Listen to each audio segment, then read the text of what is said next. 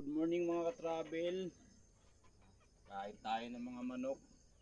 Saka yung itik mamaya na pagdating ng pagdating ng tunay na may-ari. Yan. Pati yung baboy. Yan, kinain na yung walis. Yun.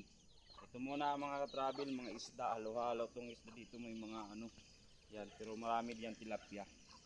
Kainin natin yun.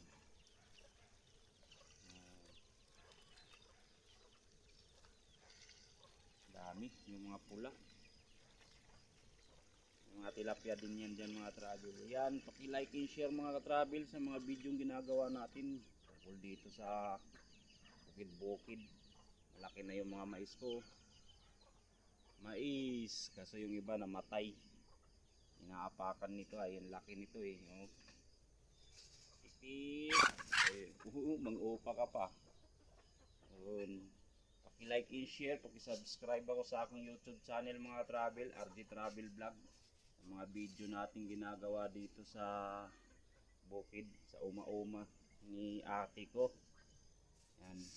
Tagalog lang nga ito speak kay para makasabot, makaintindi ang lahat. Mga Bisaya, Waray, yan. Hirap na mga Ilocano, Kapampangan. Hirap kasi isa-isahin eh. Yan o. Mga malaki na yung kamuti natin.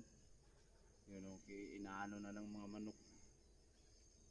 Mas maganda pa kasama sa umaga itong mga manok, mga hayop,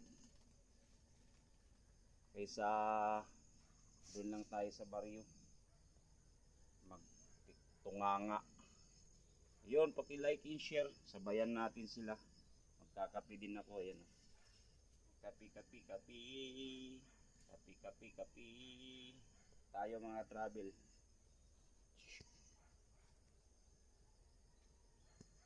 Yan.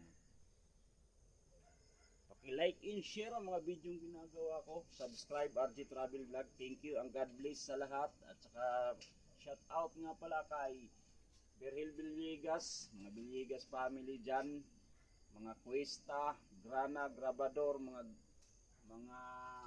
Aburita, yan, lahat ng mga Grabador dyan, sa mga Gilo, mga kamag-anak ko lahat, shout out sa inyo, good morning, yan, saka kay Ipin, salamat sa binigay mong bigas nga nagpunta ako dyan, thank you, at sa tuba nga pinainom, grabe, ang sarap, pagbalik na lang, baka makabalik mga December pa. Yan, good morning, and ingat sa lahat, thank you, God bless.